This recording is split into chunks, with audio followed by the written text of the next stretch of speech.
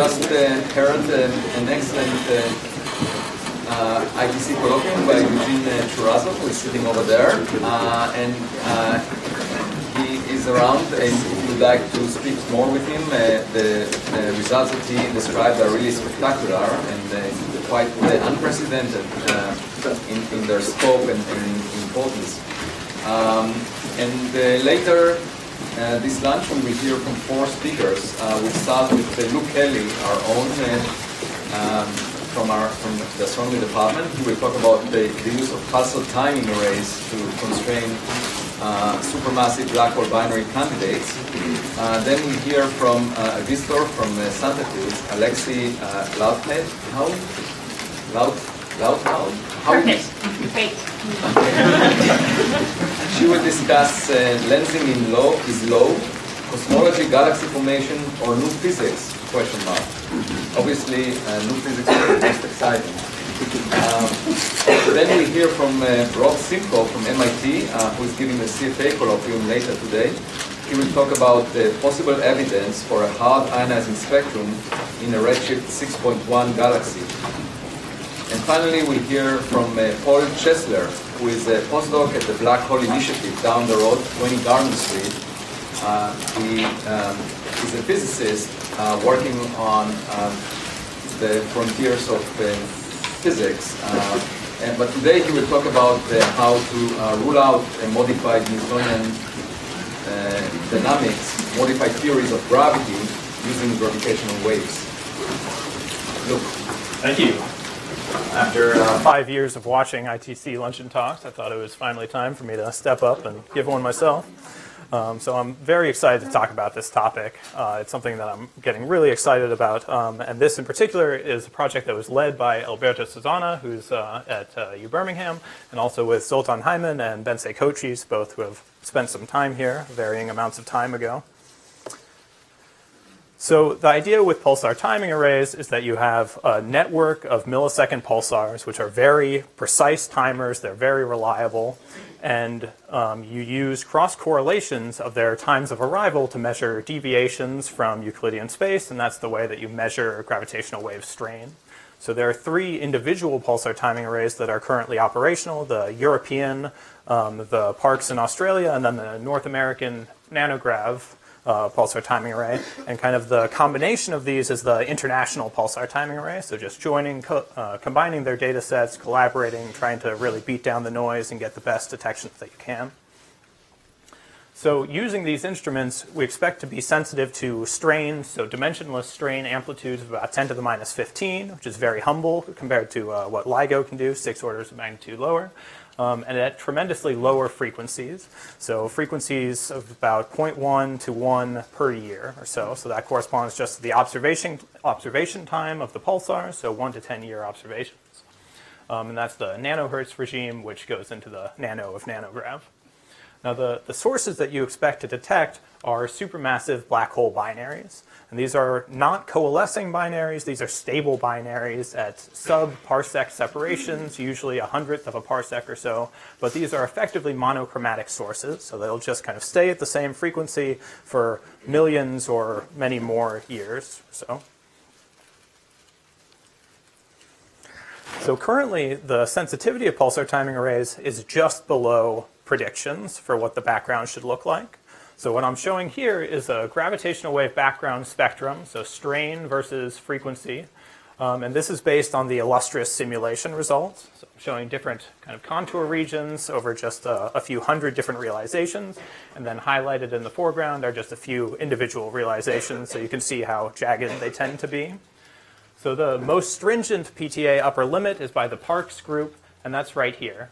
So currently it's at about the 2 sigma level outside of our kind of fiducial illustrious models. Now you can adjust some knobs, say that black holes have a harder time merging, maybe there aren't enough stars around the parsec scales, so they tend to stall, maybe there's not enough gas around. So you can tweak this number a little bit, you can easily get it down by a factor of 2. So you can just lower the amplitude of the strain by about a factor of 2, but it's actually pretty hard to go lower than that. So it really seems like the background should be just below current sensitivities. Recently put a paper up on the archive just a couple months ago trying to calculate the actual times to detections if you assume that all of this is vaguely correct. And this is just for the International Pulsar Timing Array. I'm showing detection probability versus time. And this is just a variety of models. This kind of brackets the uncertainties and the hardening, the merging process. These parameters in particular are the initial eccentricities of the binary population, but they're representative of varying other parameters. So overall, you kind of expect to make a detection in something like 5 or 10 years or so. And I think that's really exciting. It's also a little bit scary that 10 years from now is 2027 already. So the gravitational wave predictions seem fairly robust. And that's mostly because the gravitational waves are driven by the absolute most massive black holes in the universe, above 10 to the 9 solar masses. Those systems tend to be in the most massive galaxies, which have plenty of stars and accretion and exciting perturbations going on to help them coalesce. Now, at the same time, especially the smaller mass black hole systems and extreme mass ratio systems, the details of the merger process are extremely uncertain. So we know that galaxies come together, as seen in some of these beautiful images, but we don't really know what happens to the two massive black holes in their centers, how quickly they come together, if they coalesce at all. So you can kind of think about this in terms of, from a cosmological or galaxy formation perspective, you don't need massive black holes to merge at all. They grow primarily from accretion, so it's not incompatible with most observations, at least, to say that every single massive black hole candidate we have out there is actually an unresolved binary system that you just can't see any signatures of. So the best closest candidate system is this one, identified in the radio. So these are milliarc seconds, zooming in here. So these are two flat radio sources, and they seem to be at about a 7 parsec separation. So 7 parsecs is extremely difficult to resolve, but that's still probably not gravitationally bound. So these aren't even technically a binary yet, and they usually become bound at about a parsec or so. And PTAs, pulsar timing arrays, are sensitive at 100 times smaller separations. So it's basically impossible to actually, distinguish these two sources when they're in the gravitational wave relevant regime. So another approach is to look for something that you can identify purely photometrically. So, for example, variability signatures. So what we focused on in this paper was a project by Matthew Graham and some great people at Caltech, looking at the Catalina Real-Time Transient Survey, CRTS, and they identify over almost 250,000 quasars in their sample that overlaps with SDSS, and they identify 111 candidates that show a significant excess of some sort of periodic variable signature on believable time frames of a few years or so. So here are just a few examples of those four. And there's a lot of noise in here. You're only seeing a few periods, but they look like pretty convincing signals, and most of them are that way. So these look pretty good. They do an extremely thorough statistical analysis, about half of which I understand, and it seems fairly robust. So we're interested in the kind of gravitational wave repercussions of these systems. So what I'm showing here is just the Parkes upper limit. This is a theorist's version of their sensitivity curve. And this is kind of the implied gravitational wave background by this upper limit. So you would expect a gravitational wave background to be kind of below this line, according to the fiducial models at least. So if we put all of those 111 candidates on this plot, you get something like this.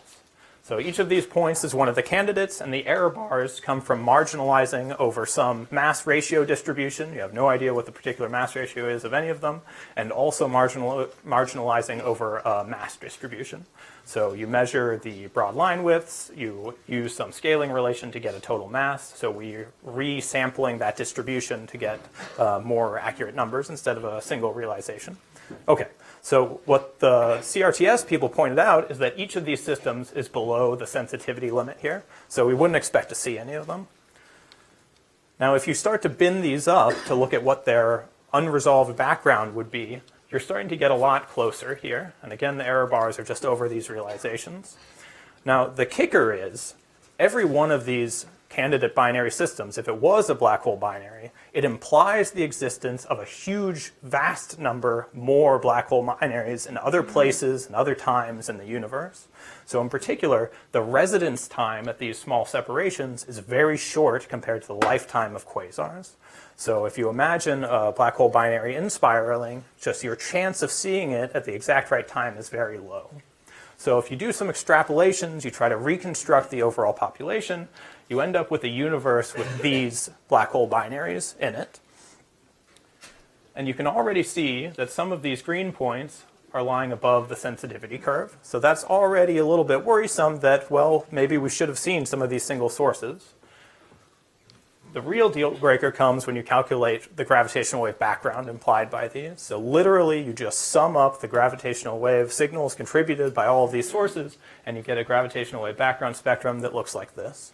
And now the shape and features of it actually look pretty believable, but the amplitude is almost an order of magnitude higher than the most stringent upper limits.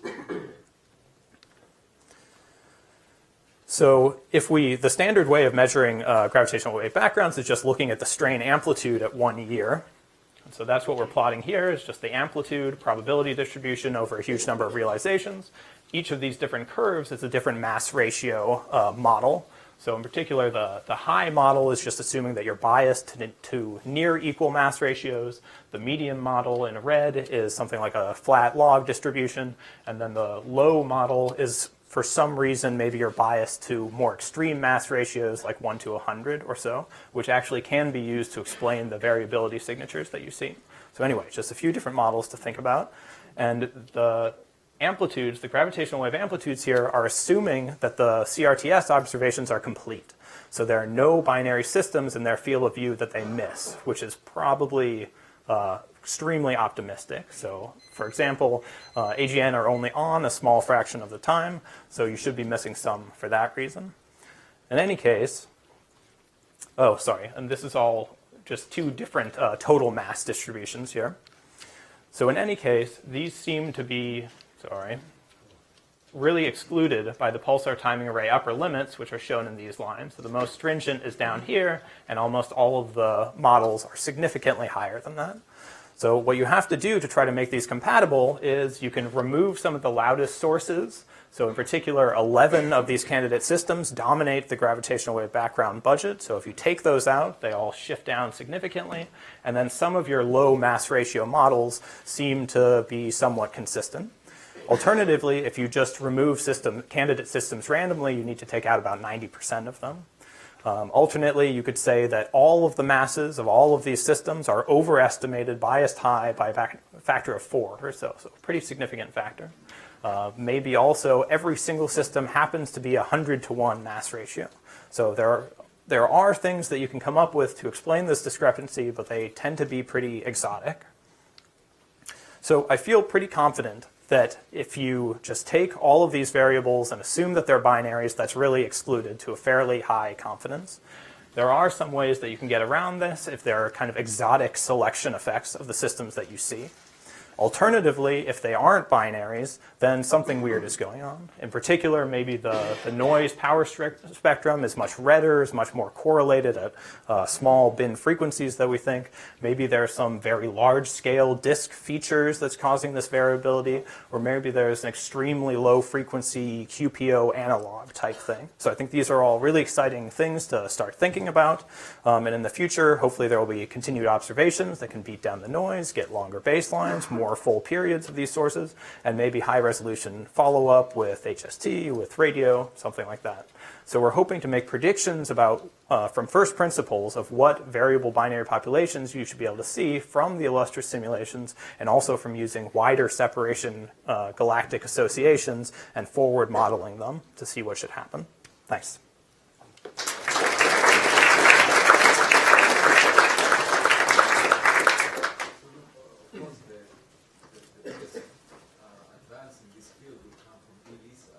Mm-hmm. Originally it was planned for 2032, and then they were talking about 2028. So it's not much later than the PTAs will have see a detection of the stochastic background. How Absolutely. do the two instruments complement each other? Very. Right, so they'll complement each other very nicely. ELISA will be sensitive to higher frequencies and thus to lower black hole masses. So while pulsar timing arrays are most sensitive to 10 to the 9 to 10 to the 10 total mass black holes, ELISA will be more sensitive to something like 10 to the 6, 10 to the 7 solar masses overall. So it should be a very different population of black holes and host galaxies. And actually the physics that determines the hardening process could end up being somewhat different. So I think they'll work great together. So I'm curious, how is the power from black holes actually added together? If you have two black holes that are almost the same frequency and you're observing them only over a single oscillation, in principle, if they're not the correct phase, they could actually cancel out to some degree.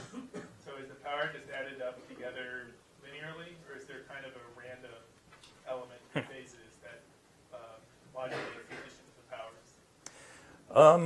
They are just added together linearly. It gets a little bit more complicated because you're essentially integrating this over cosmological history at the same time. So at worst, you could pick up a very small factor there. But I think for the most part, the overall energy in gravitational waves will just kind of add together.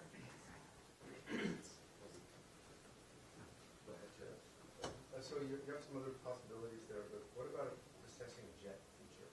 Wouldn't that possibly explain this without any little binary? Yes, absolutely. So that's one of the things that they suggest in the paper.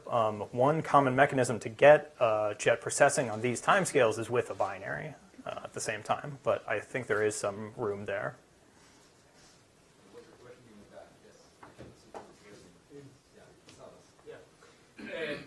In the illustrious constraints that you presented at the very beginning, how is the initial seed population done, and how sensitive are the constraints to the initial seed population? In other words, if you change that, how sensitive? Right. So what we do in Illustrious is that into every galaxy that's sufficiently massive, we place a black hole of mass 10 to the 5 solar masses or so, and then let it grow self-consistently by accreting gas. If you change that mass threshold or how you see that prescription, it does completely change the demographics of black holes between about 10 to the 5 and a few times 10 to the 6 solar masses. But essentially, all of the accretion and forward modeling prescriptions are designed to match the M-sigma relationship or the AGN luminosity function. And so as long as you're reproducing those, your population of higher mass black holes are going to be kind of calibrated to work out correctly. And thus, the gravitational wave background that's produced tends to only vary very slightly. So it seems very robust. Obviously, you can't resolve the scale where these binaries reside. Absolutely. So then you have some grid analysis. So Yeah. what happens to these binaries? Right, exactly. Any other comments or questions? No, let's thank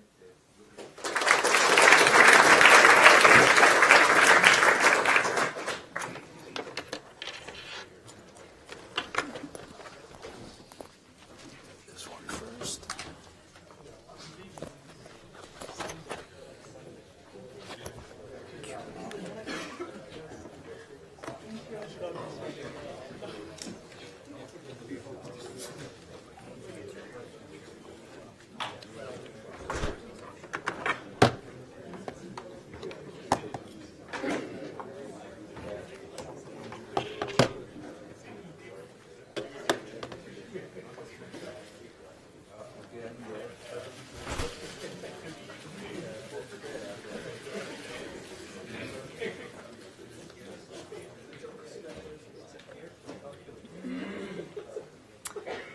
Hello everybody, I'm Alexie, and today I'm going to tell you about this interesting sort of discrepancy that I found and that I recently published in this paper here.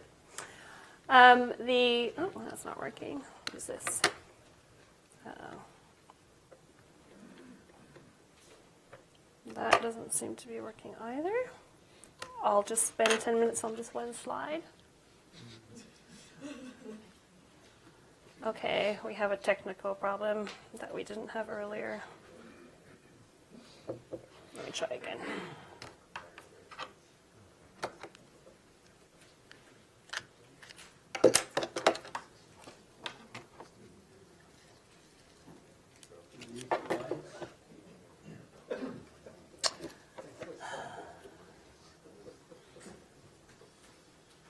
Maybe the next speaker can come up. It's crashed my keynote.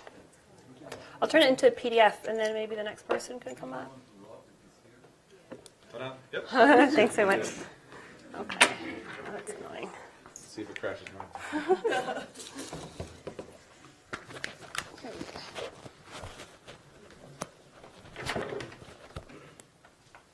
Shall I come and get a mic too? I can take the mic too. There we go. All right, now for something completely different.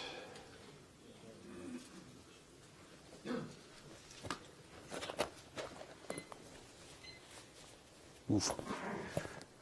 Okay, thanks. I was instructed to talk about something other than what I would be talking about at my colloquium. So I chose to talk about a paper that I was recently involved in, where I appeared a fair way down the author list, but this is something that was new to me, and so I spent a fair amount of time thinking about this and got very interested in it. And it has to do with observations we've made of a galaxy at redshift 6.11 that looks like it has a ionizing spectrum coming from a stellar population that is harder than what you would see in the local universe. And let me explain to you the reasons why we think that that's so. So this is the galaxy. It is RxJ 2248. It sits behind a cluster, so it is in one of these legacy HST survey fields where you use the lensing amplitude of the cluster to give it a boost. In this case, the image that we're interested in was boosted by about a factor of 5, which we use because these things are otherwise hopelessly faint to take a spectrum from the ground. It is identified as a high redshift candidate based on its red colors, a dropout, because you've got all the HST filters that you would want. And then we'd like to go and observe it from the ground to look at its emission line properties, because we think that'll tell us something about the nature of either the heavy element abundances or the ionizing radiation background, or it's really some convolved degenerate combination of those two. You will never detect continuum from the ground in these things. They have a J magnitude of, in this case, of a little bit fainter than 25. It would be much fainter if it weren't lensed. But this is the object here, and this is where we put the slit on it. This is ID 3, and this is from the HST image. And we spent 9 hours integrating on this thing. We have a program where we were looking at some of the most promising candidates that come from all of these famous Hubble fields, most of them behind clusters. And also there are ones where there's IRAC data that suggests, based on the IRAC colors, which are red, that there may be rest frame optical emission lines that we're not seeing because they're well into the thermal infrared. And we get some ratty data on these things.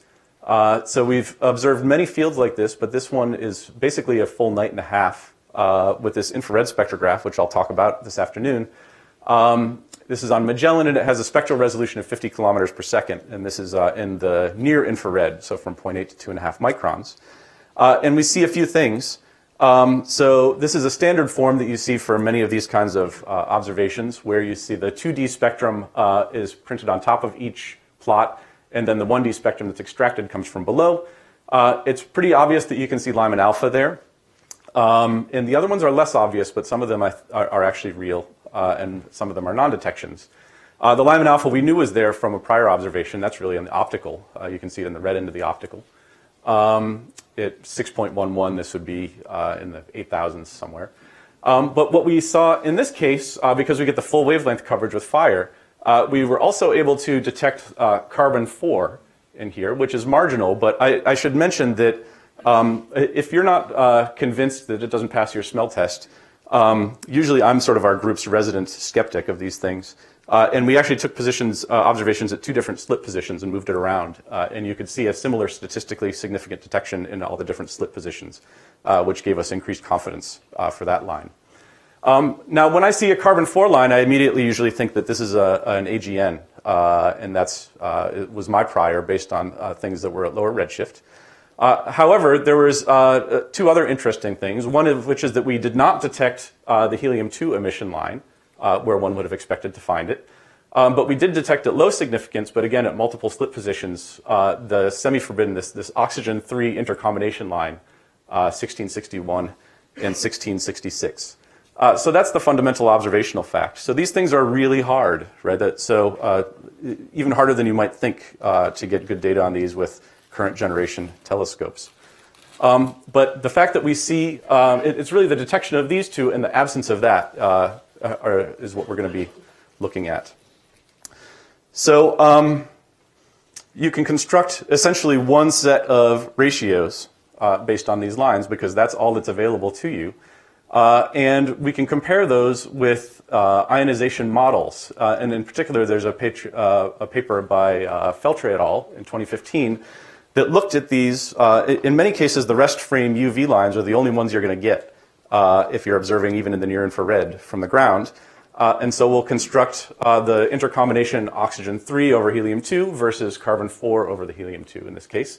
And there's a correlation because you're plotting two correlated things as usual. But the point here is that the region that's allowed by the data, by the fact that we detect this but we don't detect this, means that we're over on the right side of this plot. And then we also detect carbon-4, but again, not helium-2.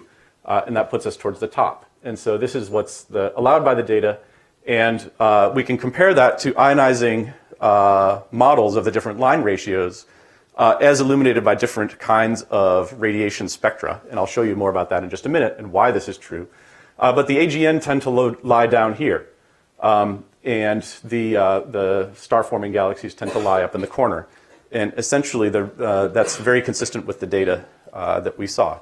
So even though my prior was to think that the existence of carbon-4 meant that we were looking at an AGN, it turns out that if you have a stellar population that's at sufficiently high temperature, you can generate enough high-energy photons to produce carbon-4, but not produce these other ones, or at least that it's less likely. So let me explain. This plot is a total mess. So let me just walk you through it, and it's the last one that I really want to show. This would make Edward Tufte roll over, but this is not mine. But let me explain it. So what we've got here are ionizing spectra of three different classes here. This orange line that you see, so this is a photon energy in Rydberg versus intensity ionizing spectrum. This is a stellar population with 3% solar metallicity. And then the blue line is with 0.1% solar metallicity, or 10 to the minus 3 of solar. And then there's a swath that you see coming down the middle here. There's a band. And that band consists of plausible possible ranges of AGN. So basically power laws of different slope indices that are thought to be reasonable. And this is again taken from that Feltre et al. Paper. And then put all over this thing are the different transitions that tell you what energy photons take you from what state to what other state. And there's some interesting ones that really are the crux of the argument is that if you are going to detect oxygen-3, which we've detected in this semi-forbidden state, then you've got to produce it. And so you've got to get from oxygen-2 to oxygen-3. So you have to have photons that are at sort of 2.5 to 3 Rydbergs. But you don't want to take those oxygen-3s and turn them into oxygen-4s. You can't destroy them. Okay? So that means that you can't have too many photons that are associated with this transition that takes you from oxygen-3 to oxygen-4. Likewise, if you want to detect carbon-4, you've got to have photons that take you from carbon-3 to carbon-4. That's this energy right here. So carbon-3 to carbon-4 goes there. But in order to make a helium emission line, then because helium-2 is a strict recombination line, then it's made by ionization of helium-2 to helium-3 and then recombination. And so you need to actually have photons that are out here. And so if you produce too many photons that are at this energy, you'll ionize helium-3 and then you'll see recombination radiation. Whereas for the carbon-4 and the oxygen-3, the intercombination, once you produce oxygen-3 and carbon-4, you only need the collisions at about half of a Rydberg to actually produce those lines because they're the semi-forbidden type. And so basically what you have to do is you've got to generate a bunch of photons that go up to sort of 3.5 Rydberg in order to make your carbon-4. But then you can't have too many that are hotter than that because then you would destroy the oxygen-3 and you'd be starting to produce helium-2. Okay, so that's the argument. And furthermore, what that means is the AGN are producing too many of these hard photons, And so what that would do is it would destroy our oxygen-3 line. We wouldn't see that, but we would pick up helium-2, which is the opposite of what we observe. Likewise, if you had too few ionizing photons, then you would never see the oxygen-3 because you would never produce it. And so what that suggests is that, indeed, at least if you believe these models, that the ionizing spectrum that this gas is seeing at a redshift of 6.1 is something that is too soft to be an active galactic nucleus, but it's too hard to be just a garden variety stellar population, even a modestly low metallicity one like we would see in the local universe.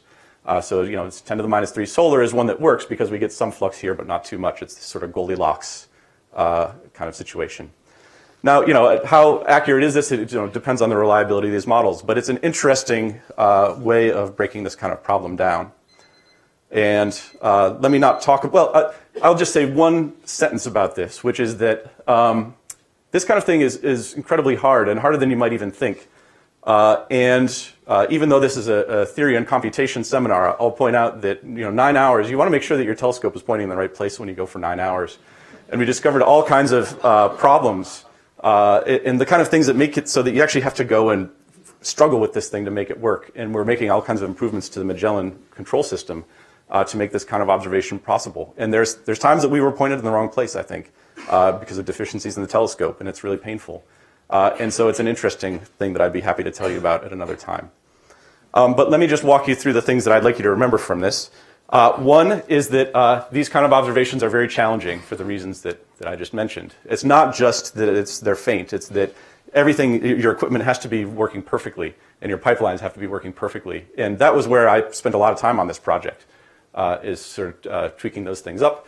The detection of carbon-4 and oxygen-3 coupled with non-detection of helium-2 constrains ionization models, and that a hard ionizing stellar spectrum appears to work better than AGN, because the AGN would produce more helium-2 emission and suppress oxygen-3. That's the basic observation. And the last point I would just make is that I think this kind of analysis is going to be increasingly common because JWST is going to tell us about the rest frame optical lines, but I think the ELTs are actually going to beat JWST in the the near infrared, because JWST will be read noise limited because it's the same size as Magellan. And the ELTs will do a great job, and the sort of comparison of those two is going to be an interesting way to get access at the ionizing radiation field, but you need to be able to do IR spectroscopy to make that happen. So, thank you.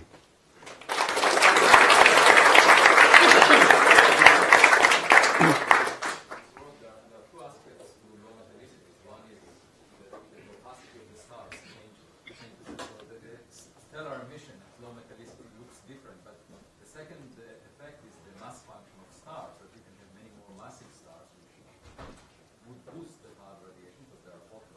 Absolutely. And that's obviously another axis that you can say with the mass function of stars. Absolutely. I was very careful not to say that. We turned over in our heads for a long time what the title of this paper should be. Clearly we were thinking about that. It's inevitable that your mind sort of wanders to that. But we held it here just because we thought this was what the data actually say, and then how you interpret it. I think you're absolutely right. High redshifts, you shouldn't be 2.7.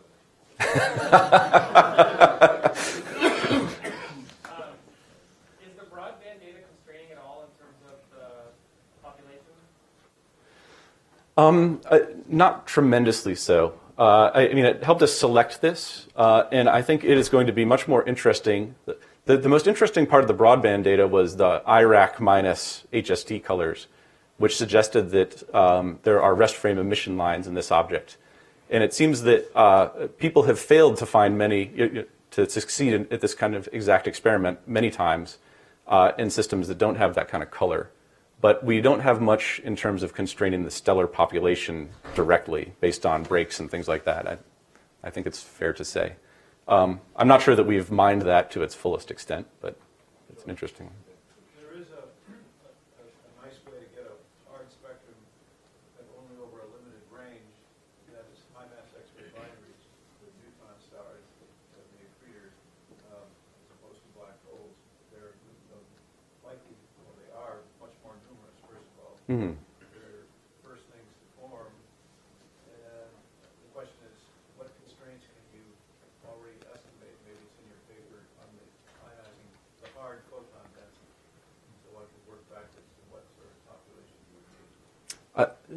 That is an excellent point, and it's not covered in our paper because I don't. For the ionizing models, we had relied on the outputs of the Feltre et al. I'm not sure the extent to which they include those. I suspect not, but I think you make a good point, which is one that we hadn't really fully examined. So I'll take that. In your line ratio plot, you chose to plot the two line ratios that involved the thing that you didn't detect. So you have that square that's allowed by data. But haven't you measured O3 over carbon 4? So isn't actually allowed by data a line at 45 degrees going in that square? Well, the square, it's anything above those because we detect the carbon 4 and we detect the oxygen 3. Right, so you detect it with a certain ratio. That's right. So it's not a square, it's a line within that square which might help constrain which model is correct, right? Oh, you're saying there's a slope that's associated with the oxygen over the carbon in that space. That. Yeah. So Yep. It localizes it to Yes. a region within the yellow square. Mm-hmm. So does that help you, constrain which models fit? I don't think it's going to constrain us that much more than what we've already got. The way I see this is the significant thing here is that we've excluded the AGN portion of it. Your ability to distinguish between different star formation histories inside those galaxies, you could do it, but I would be a little more skeptical. I'm more conservative than Avi. So. Thank you.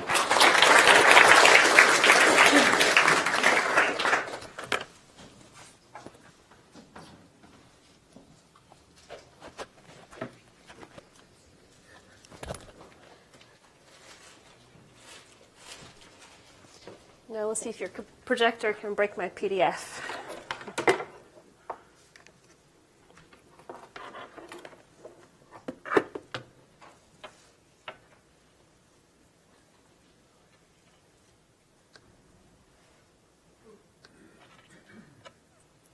Okay, let's try again.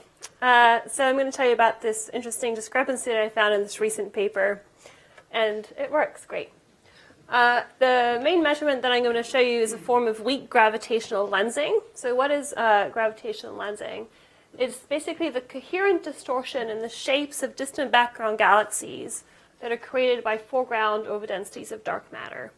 And by measuring these coherent tangential patterns around overdensities, we can study the mass and the spatial distribution of dark matter. The particular technique that I'm going to talk about is called galaxy-galaxy lensing. And the way this works is we select a set of foreground galaxies from several hundreds to several tens of thousands, and we measure their mean tangential pattern in the shapes of the background galaxies. We measure this as a function of R in circular apertures. And what this tells us is it's a measure of the galaxy total matter correlation function. Most of this is dominated, obviously, by dark matter. This observable is called delta sigma, and you can think of it as measuring a projected surface mass density of total matter around a set of foreground galaxies. This is a galaxy-galaxy lensing measurement that I made. So this is delta sigma on the y-axis. Again, this is a projected surface mass density. This is R, so this is the distance from that set of foreground galaxies going from about 100 kpc to about 10 megaparsecs. This set of galaxies is the Boss C-mass sample. So these are very massive galaxies at redshifts of about 0.5. And this is a beautiful lensing signal. It has a signal-to noise of about 30. And to measure this, I used about 250 square degrees of lensing data by combining two surveys, CS82 and CFHT lens. And an important thing to point out here is that this measurement is on relatively small scales for cosmology measurements. These are scales below 10 megaparsecs. So this is not in the linear regime of structure formation. And what we really are sensitive here are basically the dark matter halo masses that are associated with this galaxy sample. And this will become important a little later on. In practice, what I'm actually going to do is consider two different sets of observables. This galaxy-galaxy lensing measurement, which measures the galaxy matter correlation function, and a measurement of galaxy clustering, which is just looking at the overdensities between pairs of galaxies. And BOSS gives us spectroscopic registers for 1.5 billion galaxies, and so galaxy clustering is measured with exquisite precision. And these two observables tell us about different things. This tells us about the autocorrelation function of galaxies. This tells us about the link between the galaxies and their dark matter halos. And by combining these two things, there's actually a range of questions that we can address related to how galaxies live in their dark matter halos. We can measure galaxy bias. These two probes are sensitive to cosmology and also to modified gravity. So there's a lot of interest in doing these simultaneously. So let me take a set of models which have been trained to reproduce the clustering of the BOSS sample. And this is, these models are actually very tightly constrained because the clustering is so exquisitely measured that these make very strong predictions for the amplitude of the lensing signal. So this is the predicted amplitude of the lensing signal. I'm actually plotting r times delta sigma here, so it has a slightly different shape as a function of r. And the only thing I want to point out here is that there's a range of models, each which employ different assumptions about how galaxies live in halos, different details that go into this, but basically they all make a fairly robust prediction for the amplitude of the expected lensing signal. But then when I measure this signal, this is what I find. And this has been a puzzle for me for many years that I was unable to make it go away. So here's the discrepancy. And the amplitude is low by about 20 to 40%. And you could invoke systematics, but the offset is large enough that I'm fairly certain that this can't all go away by systematics. So here are possible explanations for what could cause this amplitude offset. Systematics, which I just mentioned, I think lensing is very difficult. So systematics could be at the 5 to 7% level, but I don't think they can fully explain this 20 to 40% offset. And then there are some other very interesting explanations. I don't have the answer for you today. I'll just present to you a couple of possible explanations. One is cosmology, assembly bias, baryonic effects, massive neutrinos, or modified gravity. So I'm going to present two of these to you, cosmology and assembly bias. So as I mentioned, the combination of clustering and lensing is sensitive to cosmological parameters, in particular omega m and sigma 8. So if I assume that this entire offset is entirely due to cosmology, so this is just an assumption, this is an estimate of how far off the cosmology would have to be from Planck just to bring that lensing amplitude down. And so what you get are these blue contours here. Now, the reason this is interesting is in the context of a set of other discrepancies that have been reported. So here is the green contours are results from cosmic shear coming out of the KIDS survey. And what you see is the cosmic shear measurements also come out low in the same direction as our results compared to the predictions from Planck. And the reason this is interesting is because if this bears out to be true, it would point to possibly a difference in the growth of structure compared to the results from the CMB. Now, there's another result that was recently published by the Dark Energy Survey. These are these gray contours, but these sort of come as a peacemaker. They agree with both sets of measurements. These error contours will shrink sometime in the near future, and these kind of discrepancies will be very interesting to follow. A second explanation is something called assembly bias. So as I mentioned, the scales for which I've been able to make this measurement are not the ones that you'd want to do cosmology. You'd really want to go to larger scales for this. On these scales, you're sensitive to other details about how galaxies live in halos. In particular, this is an effect called assembly bias. And all of the models that I described sort of assume that galaxies live in halos in standard ways. And in particular, there's a assumption that there's a fixed connection between the halo masses in which galaxies live and their large-scale bias. This can be broken, for example, if you possibly select older galaxies which live, for example, in older halos, and which may have a different relationship between their halo mass and their bias. This has not really been seen so far. There are attempts to detect this effect, but it hasn't been seen so far. But you could invoke this to say that maybe this tension is actually a tension between the large-scale bias of the sample and the halo mass measured by the lensing. You can make this go away by assuming that at fixed bias, you decrease the halo mass by about 35%, and this would bring you to this black line here, which would bring the amplitude in better agreement with my measurement. This is plausible, but it's a little on the large side given predictions from simulations. It would have to mean that galaxies have a strongly impacted by assembly bias. Now, the way to resolve this tension is to go to larger scales, to extend lensing measurements out beyond this 10 megaparsec scale. And this is going to happen very short term in the future. So to summarize this puzzle, I think there's a range of explanations, I think some of which could be very exciting. Cosmology, obviously, would be one of the most exciting ones. The difference that we see aligns with other discrepancies that we've seen from cosmic shear measurements. Assembly bias would also be a very interesting thing to detect, and to resolve whether or not this is assembly bias, we can simply extend this measurement to larger scales. Other things I didn't talk about are baryonic effects, which I think can also be very important in this regime. Modified gravity we looked at, but the expected level is probably too low to entirely contribute to this offset. And also massive neutrinos goes in the right direction, but may only contribute at the 10% level. And there's also the possibility that this offset might be a combination of such effects. So I'm convinced that there's something very interesting going on here that I'd like to get to the bottom of. And one of the ways of doing this would be to make new independent lensing measurements, higher signal to noise, and also going out to larger scales. I'm very heavily involved these days in the HIPAS PrimCam survey, which is a very large survey being conducted by the HIPAS Prim camera. This is located at the prime focus of the Subaru telescope on Mauna Kea, and it's a wide field imager. And we're using this instrument to conduct a survey using 300 nights on Subaru. It's going to cover 1,400 square degrees to IF26. And one of the main goals of this program is to form very high quality, high signal to noise lensing measurements. So given the area of the survey, we will be able to extend out to large scales. Thank you.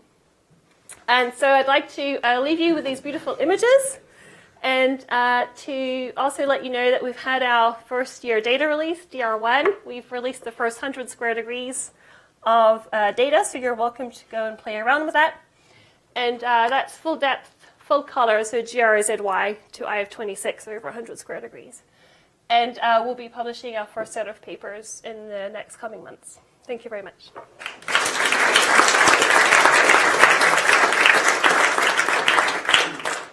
Alexie, just to clarify, when you say cosmology, you mean that the growth structure is slower than you expect with the standard model of cosmology?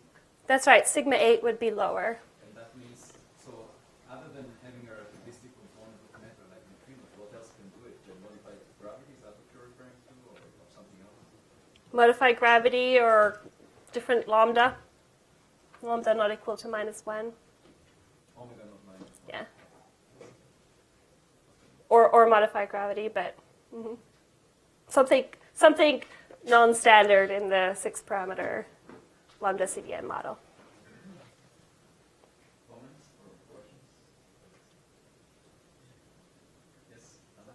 Since your lensing signal is so strong, do you see any variation with respect to the lens properties? Or like, could you split the sampling color and something like that to see if it's under predicted for all of those galaxies?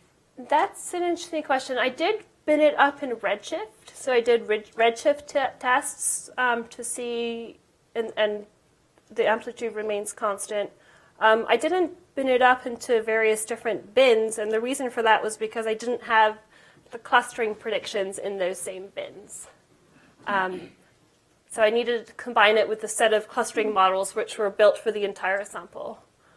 So that's the main reason.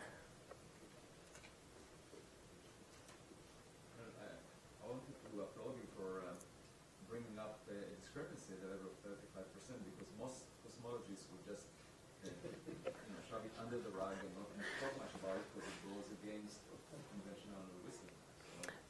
Well, thank you. Yeah, this has been the bane of my life for the last 5 years. So I started, this is a dirty secret, but I started working on this at the end of my postdoc, and it just never went away. So eventually I thought, well, I should just publish it. I may be slightly saved by the fact that these are small scales, so there's a range of possible explanations, not just the cosmology one.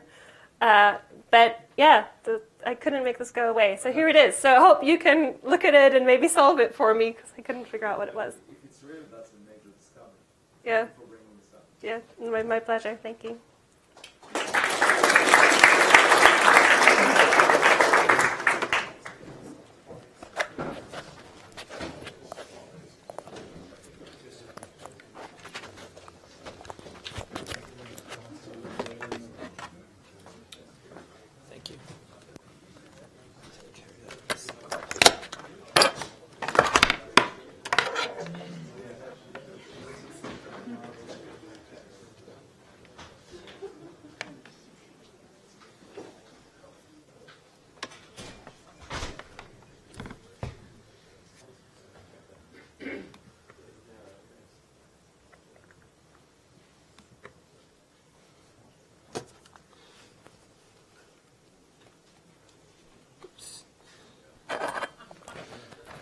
All right, so I'm going to tell you about some work that I've been doing with Avi, a paper that will hopefully come out very soon, on constraining theories of modified gravity, in particular modified Newtonian dynamics, relativistic generalizations, with some relatively simple gravitational wave physics.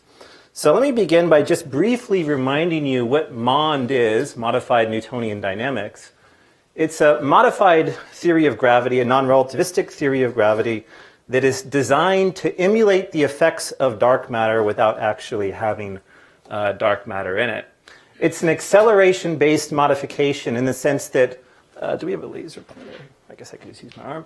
In the sense that in the limit where the gradients of the gravitational potential are large, you get one theory, namely you get Newton's law of gravity. And in the limit when the gradients in the potential are small compared to some scale A naught, you get a modified equation of gravity, in this case a nonlinear equation of motion. And the scale A naught turns out to be about 10 to the minus 10 meters per second. This nonlinear equation here is tailored to yield flat rotation curves for example, point sources of matter. Now, there exist relativistic generalizations of these theories. There are many different flavors. I'll just tell you the most popular ones. Those include Tevis, Einstein ether theories, and bimetric theories. I'll speak mainly about these two middle ones here. There's also a relatively new, intriguing, but incomplete idea that Verlinde put out in late 2016, where he claims that he can derive MOND from entropic gravity. It's not complete, but it's nevertheless intriguing. My goal for today's talk is to tell you that relatively simple and innocuous gravitational wave physics that most of us are familiar with really constrains the space of allowed theories. And in fact, I'll argue today it eliminates this one and this one right here. So let me just briefly talk about what to expect when you're expecting MOND and gravitational waves.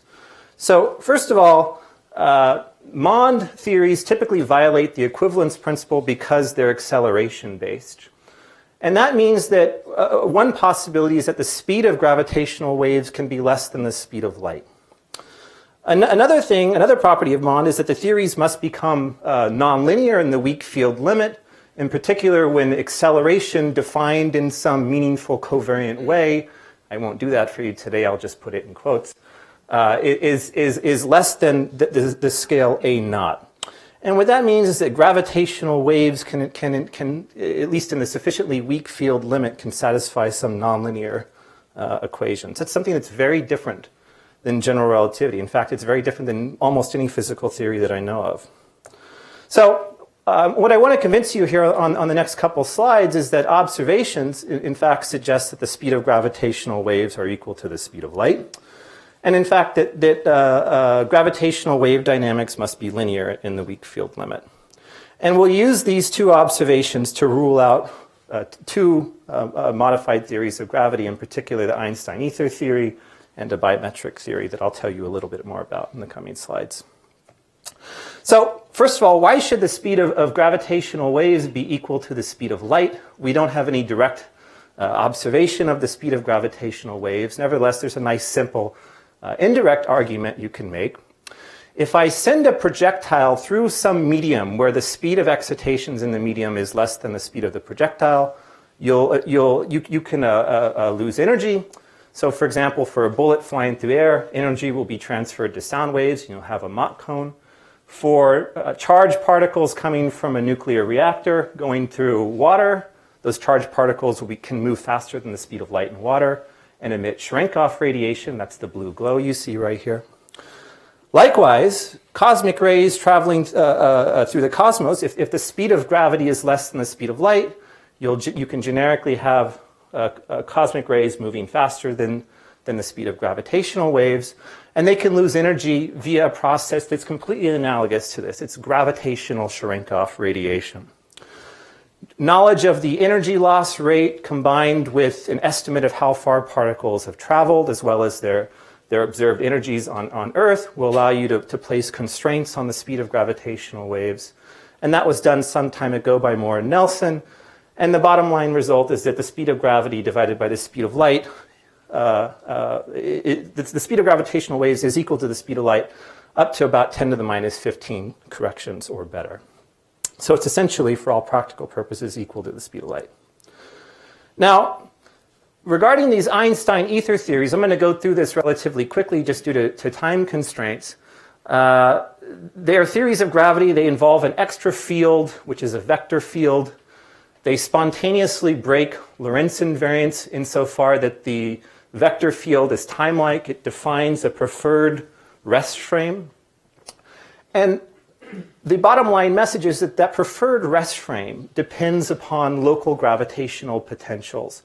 And what that leaves you with is gravitational wave speeds that in fact depend upon the gradient of the gravitational potential divided by that scale A naught that I defined for you earlier. And it turns out it's impossible to set the speed of gravitational waves equal to the speed of light everywhere, precisely because you have this sort of dependence here. And so Cherenkov energy losses are unavoidable in this theory. You can't tune coupling constants to make Cherenkov losses small. And that rules this out as a theory of gravity. Very simple gravitational wave physics here rules this theory out. Now, let me now turn to nonlinear dynamics of gravitational waves. And where I'm going to go with this comes from thinking about studying black hole mergers. Imagine looking at a black hole merger from some distance r away and asking the question, how strong is the gravitational field associated with the waves? What is the acceleration, if you will, associated with the gravitational waves?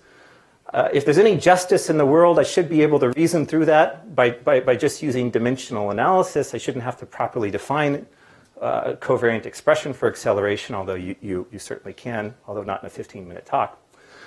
The acceleration should be the amplitude of the wave divided by the wavelength times the speed of light squared.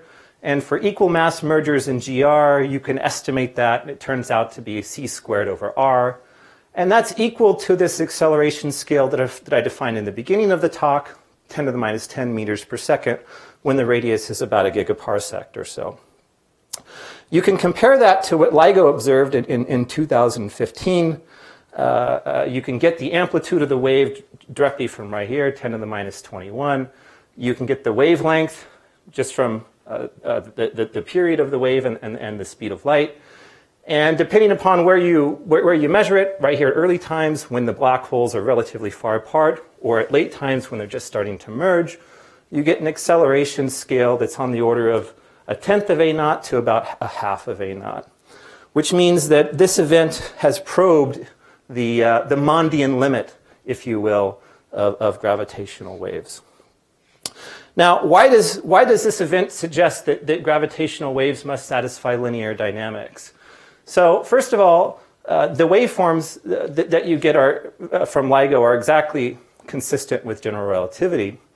On the other hand, what do you expect from MOND? MOND is supposed to agree with GR in the strong field limit, which means that during the merger event, the actual event where waves are emitted, any Mondian theory should give you the same thing as general relativity.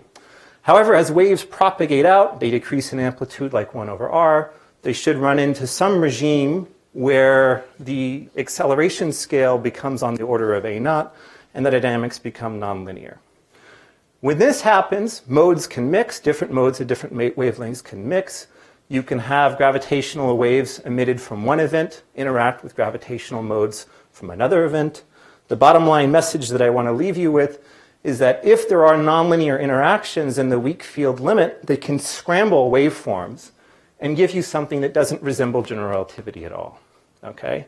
So at the very least, what you should expect is that the superposition principle should be obeyed in any reasonable theory. Now, let me finish this talk here by just showing you that this does not happen in one of the more popular flavors of MOND. And that is, it's called BiMOND. It's a bimetric theory. There are two metrics that interact with each other. One of them is the physical metric that we live in, and the other one is an auxiliary metric, G hat. You can define the difference between them and then study the weak field limit. And I'll just write down the equation of motion for one polarization of modes here. So a mode propagating in the z direction with transverse polarization, it satisfies some nasty nonlinear partial differential equation that has some very unsatisfactory properties. In particular, if I take regular initial conditions, say for example 2 plane wave solutions, and let them collide with each other, you'll generically end up with singular evolution, even if the amplitude of these waves are arbitrarily small. So it goes without saying that in this theory there's very, very strong mode mixing. From if you scatter two gravitational waves off each other, you get something that's very different than what went in, and it's completely inconsistent with data. So with that said, I'm done. I hope that I've convinced you that very simple gravitational wave physics, namely gravitational waves have to move at the speed of light, they have to satisfy linear equations in the weak field limit, give you powerful constraints on the viability of these theories. These theories have been around for quite a long time. People have studied other challenging aspects of them. I think that this is sort of the first thing that you should do. There's, of course, other interesting things to explain, like the CMB spectrum, structure formation, and so on, things that rely on having dark matter. But at the very first thing you should do, I think, is study this simple gravitational wave physics. So thank you.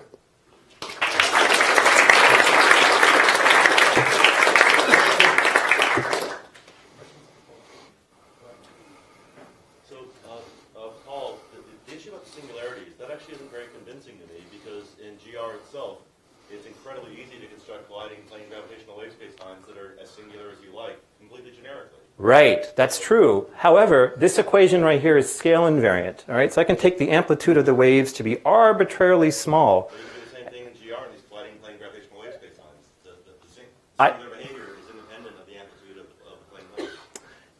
It's not a fair equivalence here. I can take two arbitrarily small amplitude wave packets here, arbitrarily small, and produce a singularity. It's not a singularity like you get in GR. It's a singularity due to the fact that this equation doesn't have well-defined character. It's not elliptic, it's not hyperbolic, it's not parabolic, and so on. Singularity, you don't mean incomplete and inextendable time. I mean division by zero in the equation of motion. So if I start off with as regular initial data, 2 plane waves that are monochromatic but moving in opposite directions. In general, when you solve this equation, then for the second time derivative, it's infinite. It's quite sick. I find that more convincing.